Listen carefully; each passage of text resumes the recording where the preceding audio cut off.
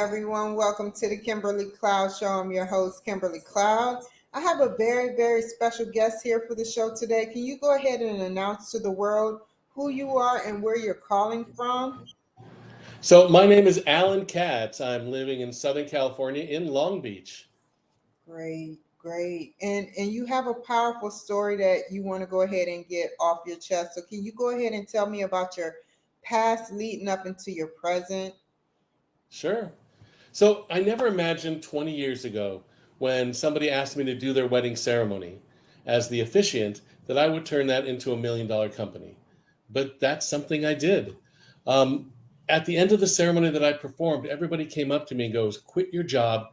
This is what you should be doing. This is your calling." And I thought for a moment, I'll go, "Hey, let me give it a shot." So I put up a website with my, quirkiness and my fun attitude. And I started getting calls and I started getting emails and I started getting requests and I started booking weddings and booking weddings and booking weddings and booking more weddings because nobody had really seen my type of ceremony before, which is fun and lighthearted instead of the old blah, blah, blah, blah, blah, blah, blah. I wanted to do something different because I'd been to so many bad weddings that I thought I wanted to create a new way of doing things. And that new way caught on. It started catching on so much that I wasn't able to handle all the work that I was getting. So I had to bring on more people and more people. And then I started getting people wanting priests and rabbis and deeply religious ceremonies as well. So I searched and sourced those people and brought them onto the team. Now I have a team of 39 independent contractors, priests, rabbis, ministers, gay, straight, male, female, all types of denominations, all types of languages. And we're able to find each different couple. We're able to provide them an officiant. I'd say 90% of the couples out there, if they come to us, we can find them the perfect officiant that's going to meet their needs. And then I tried to figure out, let me figure out other ways of monopolizing this marketplace. So, wow, people get married on the beach. So let me create a beach wedding division. So we created a division where we set up chairs and arches, take care of all the permits, and perform the ceremony on the beach. So how else are people getting married? Oh, wedding chapel. I'm going to create a wedding chapel. So I leased a building and we created a wedding chapel, and it's a 30-seat chapel. We have an indoor and outdoor chapel, and people come in every single day. On the weekends, we're every hour on the hour, we're doing weddings. And I said, how else are people getting married? Cruise ships. So while cruise ships are in the port, we work with all the cruise lines and we take care of their weddings. And then we're thinking, people are getting married, they have to get a marriage license. So I was able to create a way that I was able to issue marriage licenses to couples. So now for us, it became a one-stop shop. And now we're known throughout the industry as the company. We are the wedding singers, as the from the movie. But we found a way to be able to perfect exactly what we're doing, give people an option of the same old boring wedding, create something new, creative, and fun.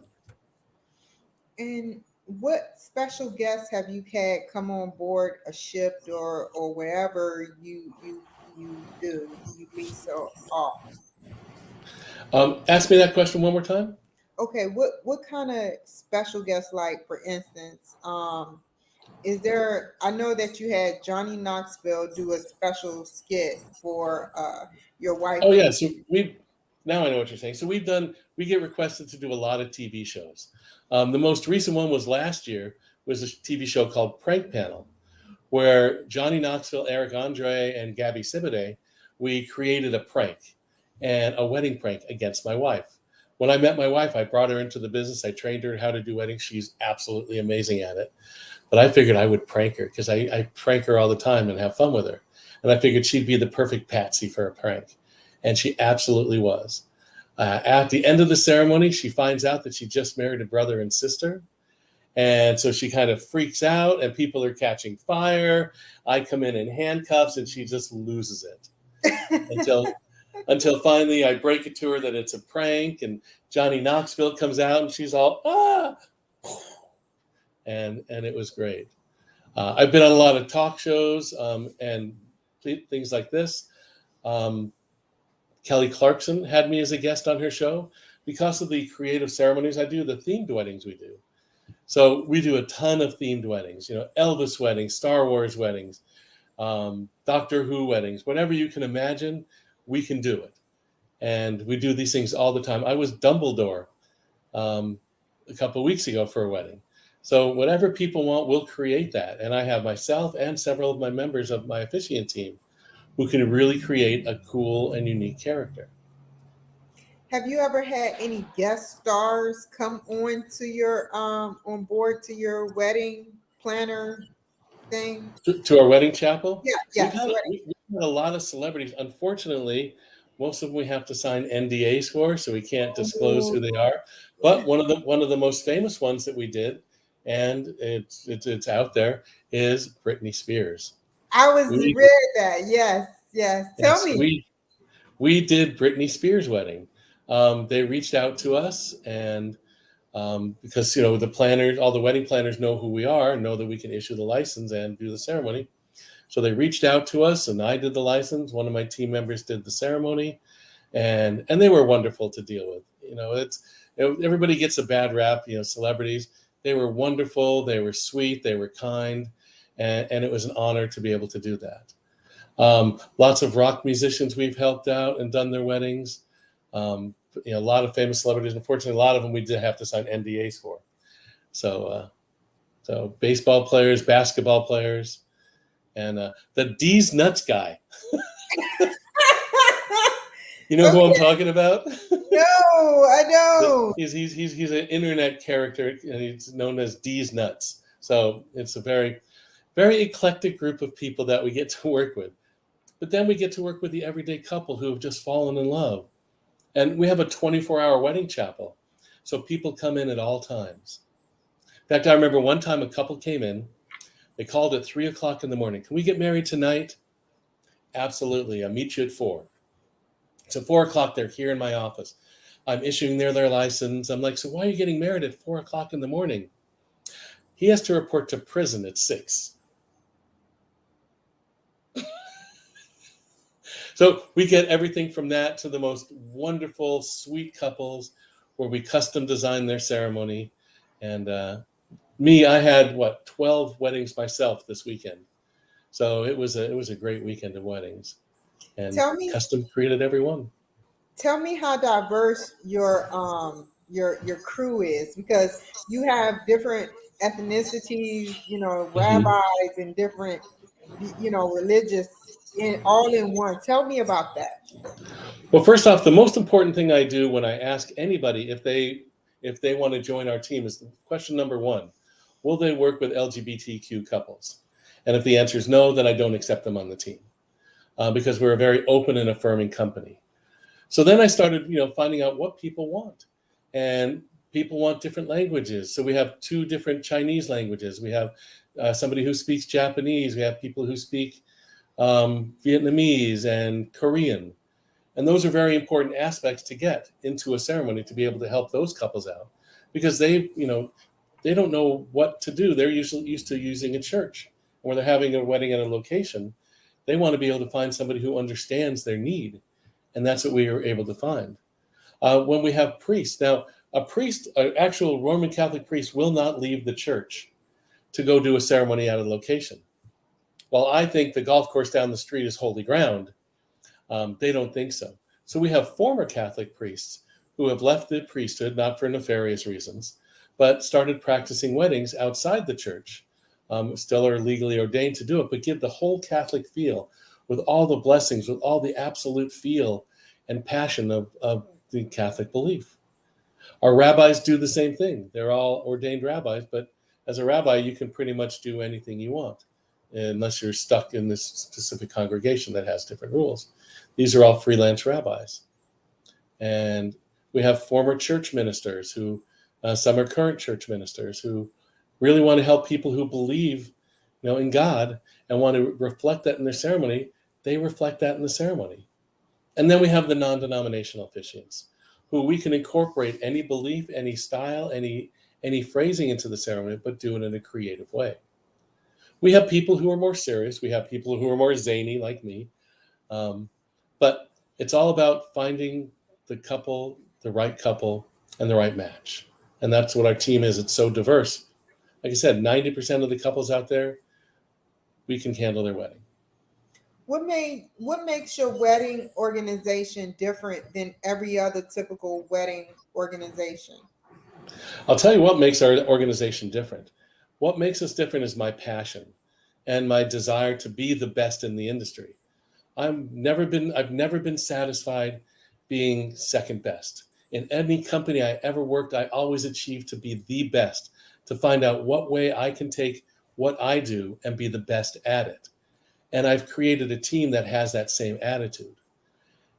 And when I go out into the marketplace and I show this to people in the marketplace, people who are calling in from our ads or people in the wedding industry, they see that I'm committed. They know that I am the hardest working person in the industry. They know that I'm out there to be the best of the best and not just some guy who phones it in. Well, there's a lot of people who phone it in this business. We don't. We turn our phones off. I like that. And I heard about your scare. We talked about it off of the show, like off air. Tell me about your scare and how you overcame cancer and what kind of cancer it was. Sure. So 23, 24 years ago, I was diagnosed with thyroid cancer. Scared the heck out of me. Scared the heck out of my family. I had no idea what to have. It was in my throat. I mean, I use my voice for a living. So what am I going to do? And so I found great doctors who really understood my plight and understood the disease. And they went and they took out my thyroid and gave me radiation treatments. Followed up a year later with the radiation treatment, and we killed it. I think two things killed it. A, amazing doctors, but B, my internal desire to kill it. I did a lot of internal focusing, saying that I'm healthy, that my body can fight off anything. And I believed that I was going to beat it. And because I believed it and because I had great medical care, I beat it. But what that did to me, it changed my life. It changed my life from just plodding along in a normal, everyday life to deciding if I'm going to die, I know I'm going to die someday. I want to leave a mark on this world. I want to be able to have people look back and remember me and not just some nondescript person who went through life with a couple friends. Now I have 7,000 couples who remember me. I have hundreds and thousands of guests who have been to those weddings. I have millions of people who have seen me on TV, but they see the effect that I have on this world. And when I leave this world, today, tomorrow, next year, 20 years from now, I will have made a difference in this world. I have made this world a little bit better, actually a lot better in some states. And because that's all because I would not let cancer take me. And I wanted to make a difference in this world. Well said. Well said. How did your organization dominate all across the West Coast? How did it happen? Like, was it overnight? Did it gradually happen with all those reviews? And tell me about the story behind that. Sure. So when I brought on my first officiant, I had never done this before. I'm not a business owner. I didn't know what I was doing. I did it all basically on what felt good. And all of a sudden, people started noticing, the people. So when I started recruiting people, I started finding people who had the same passion. That was the most important thing. Believe me, I have people reaching out to me every week. Can I join your team? Can I join your team? I'm like, what do you do? And I'd look at them and they're like, you're nice, but you don't have that. I don't sense that passion. I'm really good at reading people. I'm really good at reading audiences. And when I choose people to join the team, I got to know that they're going to go out there and be the best that they can with the tools that they have. And if I don't feel that, I won't bring them on. And I do the same with the people who I work with the other vendors that I work with. I make sure that I'm working with the top vendors, with people who have the same passion, with wedding planners who get me. Some people don't get me. Some people think I'm the crazy, crazy guy who wears fun outfits and they say, well, how could you do that? But then when they see me do a wedding and they see the reviews that I get from couples, we have over 4,000 online reviews, which is more reviews than any other company in the industry. pretty much put together in my market. And the reason is I've come up with a recipe. In fact, I teach this. I train people all over the US on how to get reviews. And it's a simple process. In fact, every business, if you're not out there actively soliciting reviews, every single person that you deal with, then you're doing yourself a disservice. You have to ask for reviews. Reviews don't just come. You have to really sit down and ask for them. And every week we sit down, we send out emails and texts to our couples and say, thank you so much for choosing us. And if we did a great job, please give us a nice review. We give them a link to our page. And on that page, they can choose from any of the places, Google, Yelp, wedding industry specific websites, and tell them how to leave a review for us. We have to lead them to it. Nobody's going to go there by themselves. We sometimes take them kicking and screaming, but they get there. And every week we add to our reviews. I think this week we got 4 new reviews, which is pretty good. Most companies don't get that, unless you're like a restaurant. But a service company like mine, unless you're doing a lot of weddings. And I also tell people the best way to get a good review is to do a damn good job, is to kill it every time. Don't mess up. Because if you mess up, you're going to get a bad review. You don't want to ask those people for reviews. So be the best that you can be.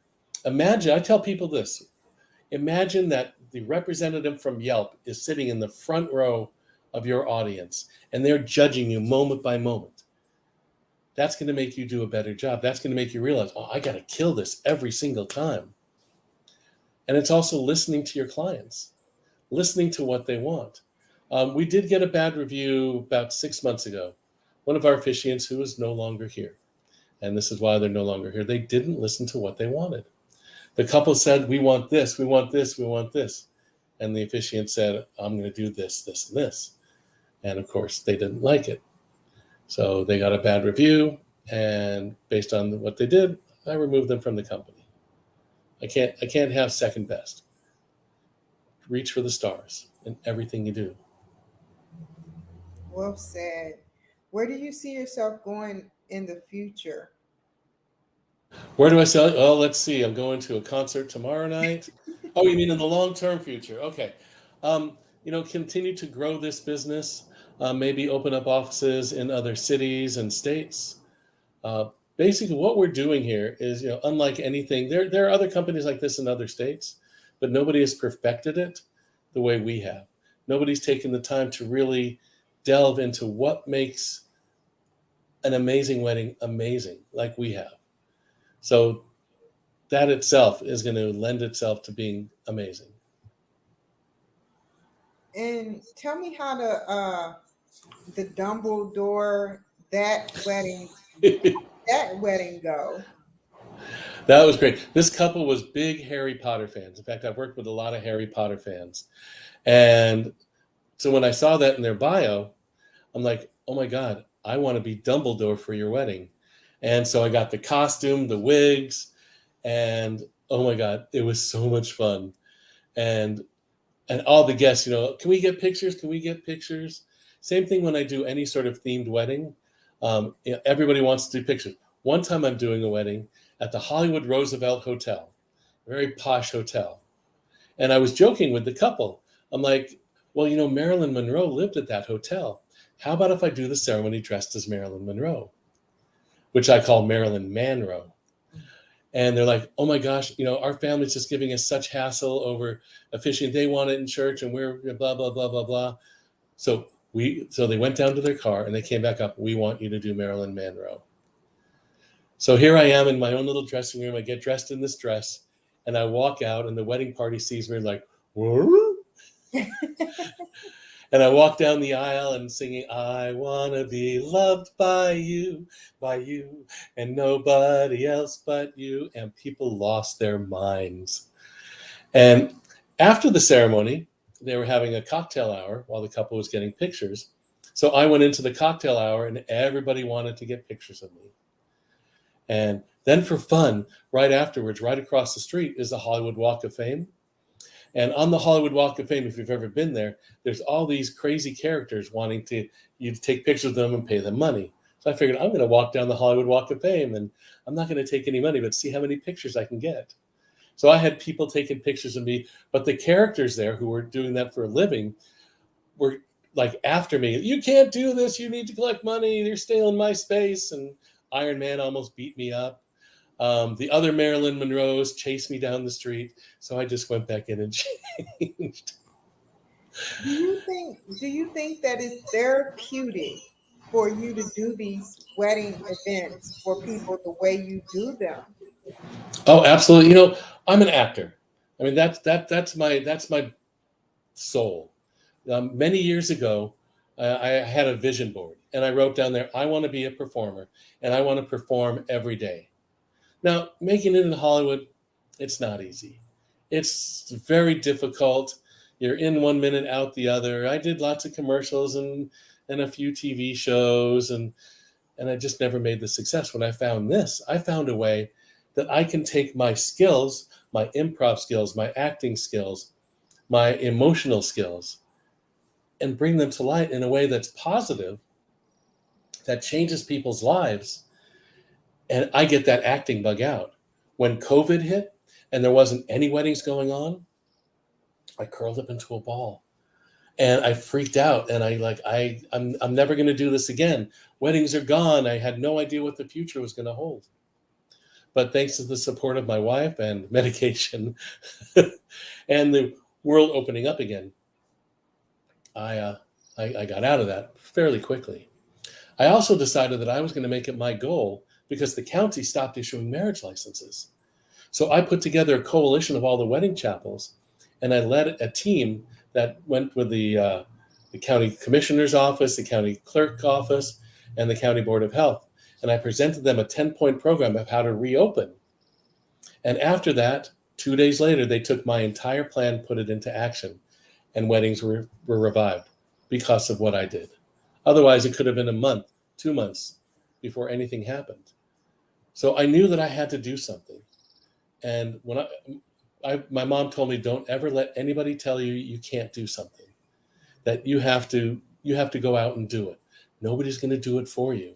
If you believe in yourself, you can achieve. And I believed that what I was doing was the right thing, and it was the right thing. And I tried to do that at all times, except when I argue with my wife. Then I'm wrong. Do you see yourself? Go ahead. After you. Oh, I was going to say, I met my wife at a wedding. She was the bride. She came to me for counseling afterwards, and we ended up hooking up. No, that's not the story at all. I'm just kidding. I'm looking at the expression on your face. Like, how did it happen? How did you meet your lovely wife? The real way is I was last minute replacement on this one wedding. It was a Filipino wedding, and I do a lot of Filipino weddings. And so 2 days before I was hired for this wedding because the other officiant canceled out. My wife's roommate had a boyfriend she was taking to this wedding, and they broke up. So 1 hour before the wedding, she was invited to this wedding. So neither one of us were supposed to be there. I show up at this wedding, and I see this table full of Filipino women. And so I just start talking to them. This one just caught my eye. And through the entire ceremony, like, we're gathered here, kind of winking at her in my head. And afterwards, I took a selfie with her. I texted it to her. And hours later, she texted me back. We went out on one date. We fell in love. And we got married on the biggest wedding day ever, 2/22/22. In fact, that was the war. Yeah, that was the biggest wedding day. Our company did 61 weddings that day. We were number 61. We've never seen anything like it since.